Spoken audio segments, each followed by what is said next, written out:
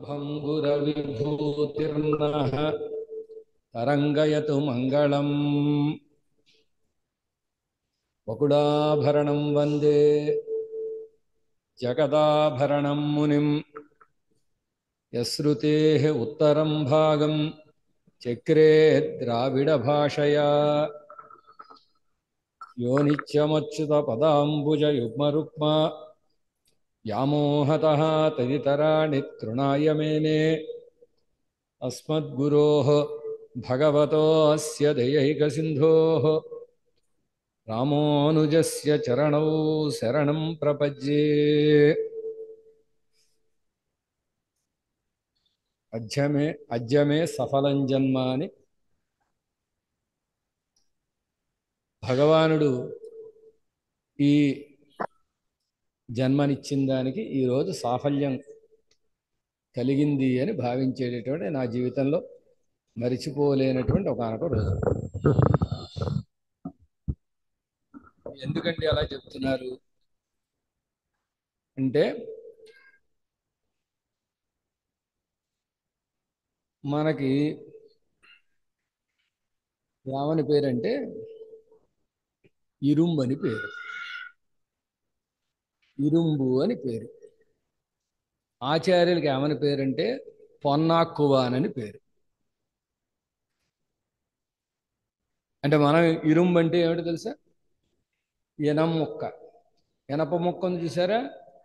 ఆ ఎనప ముక్క కూడా మామూలు ఎనప ముక్క కాదు. మనం బాగా తుప్పట్టిపోయి పట్టిపోయి పట్టిపోయి పట్టిపోయి కాలికి తగిలితే అది తొడదాకా ఇన్ఫెక్షన్ అయిపోయేటట్టుగా అయిపోయిన ముక్క. అలాంటి మనని భగవానుడు కాదు, ఆచార్యులు ఏం చేస్తారంటే బంగారంలా చేస్తారు. అందుకు ఆచార్యులేమో పొన్నాక్కువాన్, మనమేమో ఇరుంబు. ఇది ఆచార్య కటాక్షం. ఏమండి, మీరైతే చెప్పడానికి ఉపన్యాసాలు బ్రహ్మాండంగా చెప్పేస్తారు, ఉదాహరణలు ఊరికే చెబుతారు, కానీ అది మా కళ్ళకు కనబడాలి కదండి. ఒక ఎనముక్క బంగారమైనటువంటి సన్నివేశం మాకు చూపించండి అంటే అది నేనే. మీకు నేను చూపిస్తున్నా. ఎలాగండి అంటే, సంసారంలో పడి కొట్టుమిట్టాడుతూ ఉండే నన్ను పెరుమాళ్ల యొక్క వైభవాన్ని తెలియజేసేటటువంటి అత్యద్భుతమైనటువంటి ఒకానొక గ్రంథం. సంప్రదాయంలో దీనిని మించిన గ్రంథము ఇంకొకటి లేదు అనదగినటువంటి ఒకానొక అత్యద్భుతమైన అత్యాశ్చర్యకరమైన ఎన్నైనా పెట్టుకోండి అలాంటి ఒకానొక గ్రంథం. అసలు ఈ గ్రంథం శ్రవణం చెయ్యడానికే యోగ్యత కావాలి. కాలక్షేపం చెప్పడం కాసేపు పక్కన పెడితే వినాలంటే యోగ్యత కావాలి. అందుకే మన పెద్దలు ఏం చేసేవారంటే, కాలక్షేపాన్ని కటాక్షించమని ఎవరైనా వచ్చి ప్రార్థిస్తే వాళ్ళ యోగ్యతను పరిశీలించి కాలక్షేపాన్ని అనుగ్రహించేవారు. అలా గనక పరీక్షించకపోతే ఈ గ్రంథం ఉద్గ్రంథం, 1102 పాసురాలు కలిగినటువంటి గ్రంథం. పాసురాల సంఖ్య కంటే వ్యాఖ్యానాన్ని గనక చూస్తే 36,000 అని 36,000 సంఖ్య. గుండె గుబేలు మండలం లేదా? 36,000 అనగానే అంటే 36,000 గంటలు, 36,000 రోజులు, పక్షాలు, నెలలు, సంవత్సరాలు చెప్పిన పూర్తిగాని ఒకానొక ఆశ్చర్యకరమైనటువంటి గ్రంథం. ఇందాకే స్వామివారు అవన్ చిన్నమున్ తిరునామమున్ ఇవళ్ వాయిన హళ్ళి తిరుందనవే అన్నారు. నంబిళ్ళయ్య గారు ఎంత గొప్పవారంటే, ఏదైనా ఒక విషయాన్ని వ్యాఖ్యానిస్తే పరమ గంభీరంగా ఉంటుంది. గంభీరం అంటే ఏమిటండి అంటే, ఎవరికి అర్థం కాకుండానే అర్థం కాదు. తవ్వుకున్నవాడికి తవ్వుకున్నంత. గనిలో బంగారానికి ఎలా అయితే లోటు ఉండదో, నంబిళ్ళయ్య గారు అనుగ్రహించిన వాక్యంలో అర్థాలు కానివ్వండి, రస్యార్థాలు కానివ్వండి, రహస్యార్థాలు కానివ్వండి, ఈ అర్థాలకి లోటే ఉండదు. తవ్వుకునేవాడి శక్తిని అనుసరించి అర్థాలు వస్తాయి. అలా అర్థం తీసుకున్నప్పుడు అతిరహస్యమైన అర్థం ఆళ్ళవార్ల యొక్క నోటిలో పడి స్వామి తిరునామాలు మెరిసాయిట, ఆభరణాలు మెరిసాయిట, ఆయన చిన్నాలు కూడా మెరిసాయిట. ఇవన్నీ మెరిసిపోతున్నాయండి, మెలమెల్లాడిపోతున్నాయండి ఆళ్ళవార్ల నోట్లో పడి. చూడండి, వాయినహళ అన్నంలో సౌందర్యం అంతా అక్కడే ఉంది. నోట్లో పడి అంటే బయట మామూలుగా ఆయన నోట్లో పడితే అంటారు కదా, నిజానికి నోట్లో పడితే ఏమిటి అర్థం? ఉచ్చిష్టం కదా, పనికిరాదు కదా. కానీ ఆళ్ళవార్ల యొక్క తిరుముఖ మండలం నుంచి వచ్చిన సూక్తి ఏదైతే ఉందో అది పరమపావనం, పరమభోగ్యం అయిపోయింది. సర్వేశ్వరుడిని కూడా ప్రకాశింపజేసింది, సర్వేశ్వరుని కూడా మెరిపింపజేసి మురిపింపజేసినటువంటి గొప్పది. దీనికి ఉదాహరణ ఏమిటి? అరే అక్కడ ఆశ్చర్యకరమైన ఉదాహరణ ఇచ్చారు. నంజీయర్ వారిని పరాశర భట్టారకుల వారిని నంజీయర్ వారు, అలాగే నంబిళ్ళయ్య గారు నంజీయర్ వారిని పిలిస్తే అలా ఉంటుందండి అన్నారు.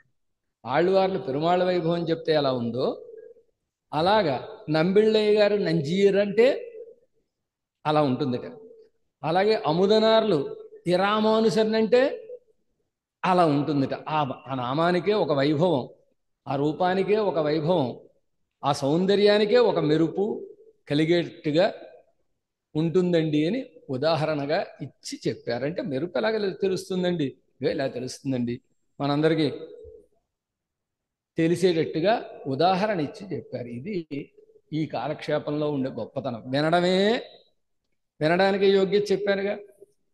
వీడు కాలక్షేపం ప్రారంభించండి అని మొదలుపెట్టిన దాకా ఉండి 3 రోజులు వచ్చి 4వ రోజు జెండాపై కపిరాజు అన్నాడు అనుకోండి, అప్పుడు వీడి సంగతి సరే, మొదలుపెట్టి గురువు గారి సంగతి వారేం చేయాలి? పూర్తి చేయాలా అక్కర్లేదా? అది వినడానికే యోగ్యత కావాలంటే చెప్పడానికి ఎంత యోగ్యత కావాలి? అసలు ఆ యోగ్యత మనకుందా అంటే లేనే లేదు, జీరో అని చెప్పాలి. ఒక్కటి కూడా లేనే లేదు. విషయం గంభీర సముద్రం కంటే లోతైనటువంటి విషయం. దీని పేరు భగవద్విషయం. ఈ భగవద్విషయం వ్యాఖ్యానాన్ని కటాక్షించిన వారెవరు? నంబిళ్ళయ్య అనేటటువంటి ఆచార్యులు వారు. తమ గురువు గారి చేత కూడా నంబిళ్ళయ్య అని పిలువబడినటువంటి మహానుభావులైనటువంటి ఒకనొక ఆచార్యులు. ఇందాక చెప్పినట్టుగా వాక్యంలో తవ్వుకున్న కొద్దీ అర్థాలు వస్తాయి. వ్యాఖ్యానం అంత గొప్పది. పోని మూలం ఎవరు అనుగ్రహించింది? నమ్మాళ్ళు వార్లు అనుగ్రహించిన తిరువాయుముడి దివ్య ప్రబంధం. ఇటు మూలాన్ని చూసినా ముట్టుకోవడానికి వీల్లేదు, మనం దాని దగ్గరికి కూడా వెళ్ళడానికి యోగ్యత లేదు. ఇక వ్యాఖ్యానాన్ని చూసినా దగ్గరకు కూడా వెళ్ళడానికి వీల్లేనటువంటి ఒకనొక అద్భుతమైనటువంటి గ్రంథాన్ని కాలక్షేపం నాకు అనుగ్రహించడమే కాక మళ్ళీ తిరిగి కాలక్షేపాన్ని చెప్పేటట్టుగా కటాక్షించినటువంటి మా ఆచార్యులైనటువంటి స్వామివారికి, కిడామ వెంకటాచార్య స్వామివారికి ఏం చేయగలం? దాసోహం తప్ప.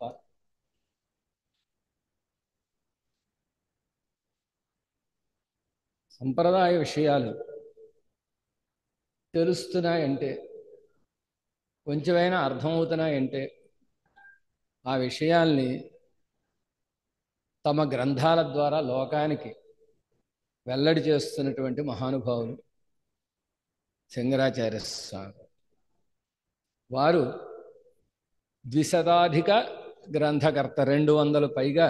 ఇందాక స్వామివారు చెప్పినట్టుగా శ్రీ సూక్తులు కాదు, శ్రీకోశాలే శరవర్షం. శ్రీ సూక్తులు శరవర్షం వేరు. ఒక్క 3 కోశాలు చేయడానికి నా తల ప్రాణం కాస్త తోకలో వచ్చినప్పుడు అనిపించి ఎంత కష్టపడతారో స్వామివారు. ఇన్ని కోశాలు ఎలా వస్తున్నాయి? ఇది భగవత్ కృప తప్ప అది మానవ ప్రయత్నంతో సాధ్యమయ్యేటటువంటి వ్యవహారం కాదు అని అనిపించింది. అలాంటి పెద్దలు మన కాలక్షేపానికి సమాపనానికి వేంచేయడం, మనందరినీ తమ యొక్క కటాక్షామృత వృష్టితోటి కటాక్షించడం మన అదృష్టం. వారికనే కదా దాసోహ. 3 మార్గదర్శిగా ఉండి కొంతమందిని తలుచుకున్నప్పుడు ఆనందం కలుగుతుంది, గర్వం కూడా అనిపిస్తుంది. అలాగే ఎప్పుడు తలుచుకున్నా గర్వం అనిపించేటటువంటి మా అబ్బాయి నరసింహన్. ఈ అదృష్టం ఎలా వచ్చిందండి అంటే మా మేనకోడల ద్వారా వచ్చింది. అలాంటి ఆ స్వామి దీనికి అంతటికీ ముందుండి నడిపించారు. ఆ స్వామి వారిని సేవిస్తూ, ఇక్కడ ఏం చేస్తున్న భాగవత మండలి అంతటిని సేవిస్తూ, మీ అందరినీ సంబోధిస్తూ 2 మాటలు మాట్లాడడానికి కూడా కష్టమే. ఇక్కడ శాత్మర జరుపుకోవాలి అని ఒక ఆలోచన. ఉలహమండు బరువాయ శాత్ ఇక్కడ జరిగితే బాగుంటుంది అనిపించింది. అది కూడా మనకు అనిపించిందంటే స్వామి ఆలోచన వచ్చేలా చేశాడు. చేస్తే స్వామివారిని ప్రార్థించడమే సాహసం అసలు. ఎందుకంటే 2 కారణాలు. ఒకటి వారి వయస్సు శక్తిని బట్టి, మన యోగ్యతను బట్టి కూడా కొంత సంకోచం ఉంటుంది కదా. ప్రార్థిస్తే ఏమన్నారు తెలుసా అండి, నేను ఆళ్వార్ తిరునగర్లో చేశాను శాత్తు, తిరుమలలో చేయలేదు. ఉలహమండు పెరువాయే కదా, నేను వస్తాను అని ఏం చేసి మనకి మంగళాశాసనం ఎంత కష్టపడ్డారు చూడండి. మనమే కూర్చోలేక చచ్చిపోయాం కదా బస్సులో. ఎన్ని గంటలు పట్టింది పాపం. అలా వచ్చి పొద్దున్న పెరుమాళ్ళని సేవించుకుని ఓపిగ్గా మళ్ళీ మన సభకు వచ్చి మళ్ళీ ఎంతసేపు సభలో కూర్చున్నారు. అది వారి గొప్పతనం. ఇలా అనుకున్నాం కార్యక్రమం. అనుకుంటే దానికి అనుగుణంగా చక్కగా అందరూ వచ్చారు. మీరు అందరూ ఇంకా ముందు అనుకున్నాం, అప్పుడైతే ఇంకో 20-30 మంది వచ్చేవారే. ఇప్పుడు సెలవులు లేకపోవడం వల్ల తక్కువగా జనం వచ్చారు. ఒక్క మాట చెప్పి నేను ఒక 5 నిమిషాల్లో పూర్తి చేస్తాను. భగవద్విషయము, తిరువాయుమొഴി. ఈ రెంటి యొక్క గొప్పతనం ఏమిటంటే, తిరువాయుమొഴി అంటే నమ్మాళ్ళవార్ల యొక్క శ్రీ సూక్తి కదా. నమ్మాళ్ళవార్ల శ్రీ సూక్తి పరమభోగ్యమైనటువంటి శ్రీ సూక్తి. మిగిలిన ఆళ్ళవార్ల శ్రీ సూక్తులన్నిటికీ లేనటువంటి ఒకనొక గొప్పతనం నమ్మాళ్ళవార్ల యొక్క తిరువాయుమొഴి అనే ప్రబంధానికి ఉంది. ఏమిటా గొప్పతనం అంటే, 1000 అనగానే తిరువాయుమొഴి వస్తుంది. 1000 అంటే 1000 అంటే అని అడగకూడదు. అడిగామంటే సంప్రదాయం తెలియదు అని అర్థం వస్తుంది. అంటే 1000 అనగానే మొట్టమొదటి గుర్తొచ్చేటటువంటి 1000 అన్నదానికి స్థిరమైన సార్థకమైన నామధేయమైనటువంటి తిరువాయుమొഴి దివ్య ప్రబంధం. ఈ ప్రబంధం ఎలాంటిదంటే మనం ఏం చెప్పక్కల, ఆళ్ళవార్లే చెప్పేశారు. ఈ తిరువాయుమొഴి దివ్య ప్రబంధం ఎలాంటిదంటే తీర్థము అన్నారు. తీర్థం అంటే మనం పుచ్చుకునే మంచి తీర్థమే. పవిత్రమైన ప్రదేశానికి కూడా తీర్థం అని పేరు. ఏదైతే ఎక్కడెక్కడైతే ఏ పవిత్రమైన ప్రదేశాలు ఉంటాయో వాటి తీర్థం అని అంటారు. స్వామి పుష్కరిణి తీర్థం అండి, గంగా తీర్థం అండి, కావేరీ తీర్థం అండి అంటాం కదా. మీరు కులశేఖర పెరుమాళ్ సూక్తిని ఒకసారి స్మరించుకుంటే బాగా అర్థం అవుతుంది. కాంగనీరు కొడందాడం వేట్క ఎన్నావదే అన్నారు. గంగ నీటిలో మునిగి స్నానం చేయడం మీకు ఏమైనా సరదా అన్నారు. గంగ నీటిలో స్నానం చేయడం సరదా ఏమిటి? గంగా స్నానం అని ప్రసిద్ధం కదా, పాపాలన్నీ పోతాయని చెప్తారు కదా. అందులో స్నానం చేయడం సరదా అని అడుగుతున్నారు ఏమిటి? వారు అడిగిన సందర్భం వేరైనా ఇక్కడ కూడా వహిస్తుంది. 1102 తీర్థాలు ఉండగా ఒక్క తీర్థంలో మునుగుతావేమిట్రా నువ్వు? తీర్థంగళాయిరం తీర్థను కత్తపిన్ మత్తోరు శరణెల్లయ్యెన్నెన్ని తీర్థనుక్కే తీర్థ మనత్తనరాగి செடுங்குருகூர் செடஹோபன் சொன்ன தீர்த்தங்கள் ஆயிரத்துள் யோபத்தம் வல்லார்களை தேவர் వైహల్ తీర్థంగళే ఎన్ని పూసిత్తి నల్గి ఓరప్పర్. ఎన్ని తీర్థాలు వచ్చాయి చూడండి. చివరికి ఈ 1102 పాసురాలు ఎవరి గురించి చెప్పారు? తీర్థుడి కోసం చెప్పారు. తీర్థుడి ఎవరు? పరమాత్మ. తీర్థను కత్తపిన్ మత్తోరు శరణెళ్ళయ్యన్నెన్ని. స్వామి నువ్వు తప్ప నాకు వేరొక శరణు లేదు అని భావన చేసి తీర్థకే తీర్థమనత్తనరాహి, ఆ తీర్థుడైన పరమాత్మకే తీర్చిన మనస్సు కలిగిన వారయ్యి చెప్పారు పాసురాలు. ఏమిటండి పాసురాలు? తీర్థంగళాయిరం, 1000 తీర్థములండి, 1102 తీర్థాలండి. ఇలాంటి తీర్థాల్లో మునిగితే ఏమవుతుంది? గంగలో మునిగితే ఏమవుతుంది? మర్నాడు జలుబు, దగ్గు, కళ్ళమంటలు మొదలైనవి వస్తాయి కదా. కానీ ఈ 1102 తీర్థాల్లో మునిగితే ఏమవుతుందండి? నువ్వు కూడా తీర్థుడివి అయిపోతావు. ఇందులో ఉండే సొంపు ఏమిటంటే, చమత్కారం ఏమిటంటే, తీర్థనని ప్రారంభించారు, తీర్థనని పూర్తి చేశారు. అంటే ఏమిటి అర్థం? పరమాత్మతో సమానం అవుతాడని అర్థం. అదే కదా. పరమపదాన్ని చేరితే ఏమొస్తుంది? పరమసామ్యాపత్తి కదా.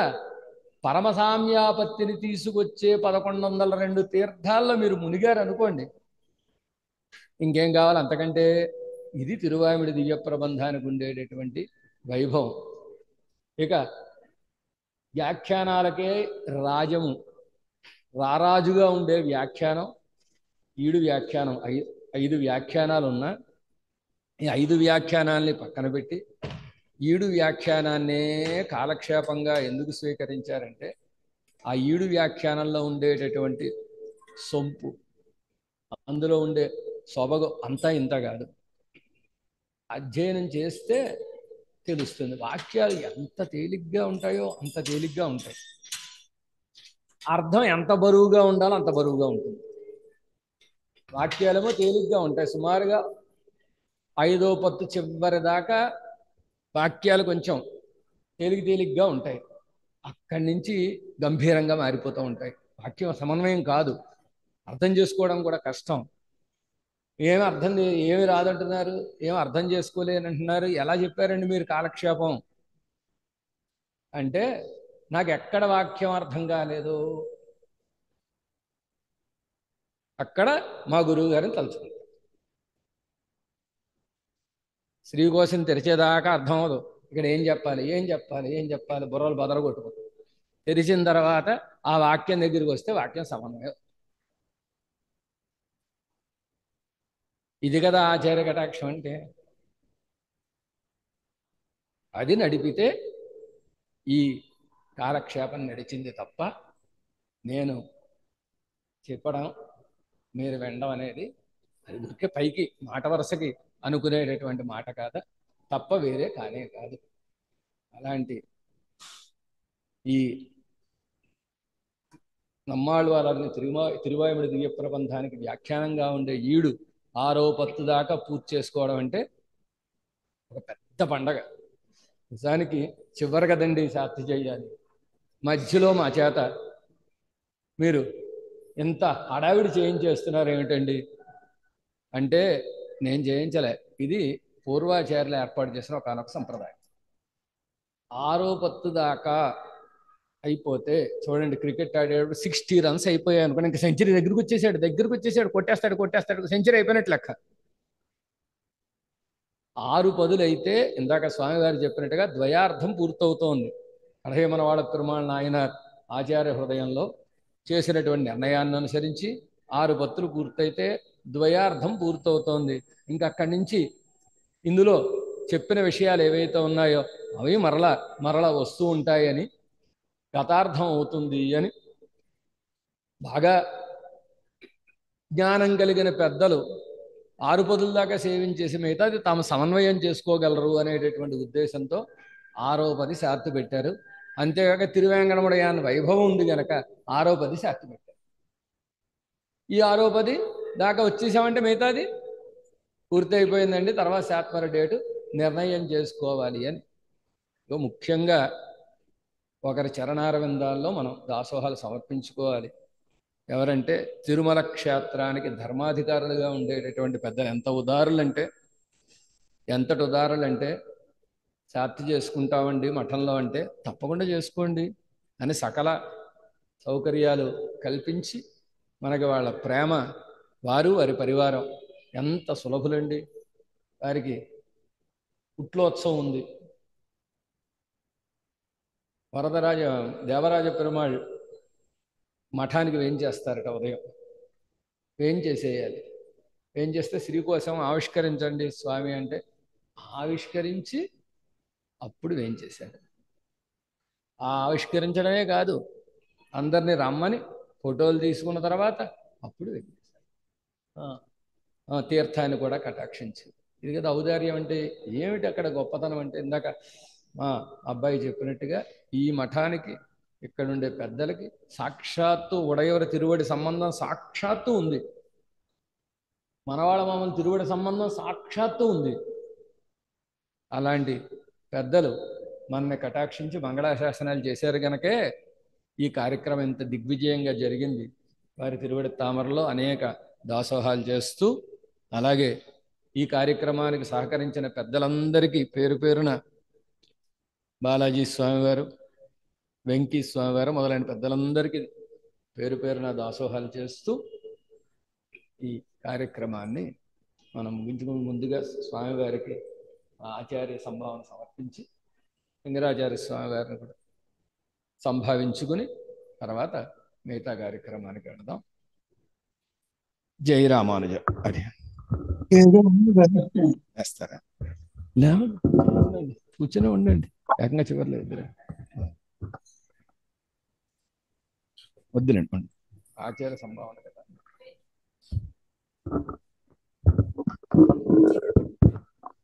పురుషం మహాంతం ఆదిత్యమస్తమస్తు భారే సర్వాణి రూపాణి విచిత్యధీరః నామాని కృత్వాభివదంతి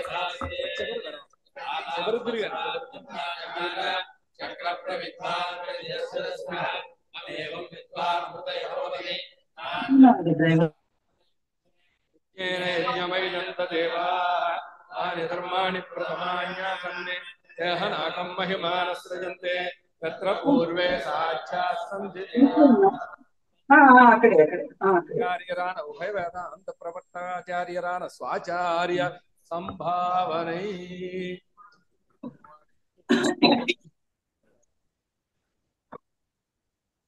ముసేసి వర్షం వస్తే పిల్లలు అమ్మాయి ఎలా వెళ్తుందో పిల్లలు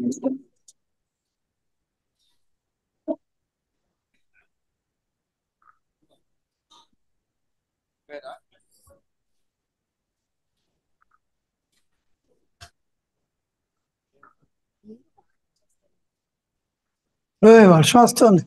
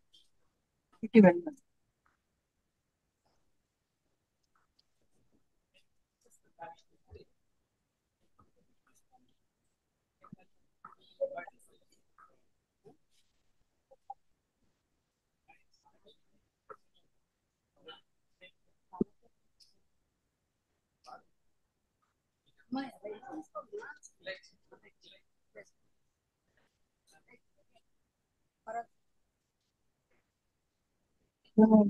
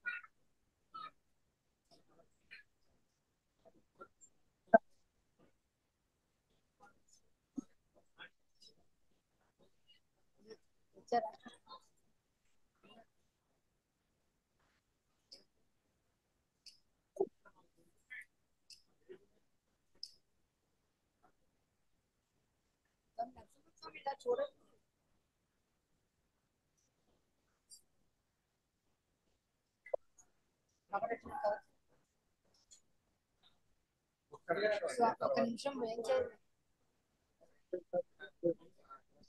రథం వస్తుందా? ఎప్పుడు వాళ్ళు రాజవల్లి గారు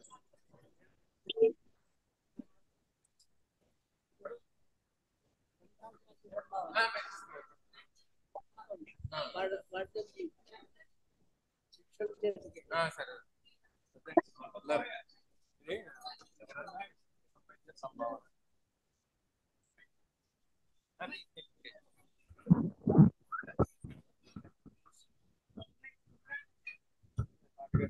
చెప్తామంటే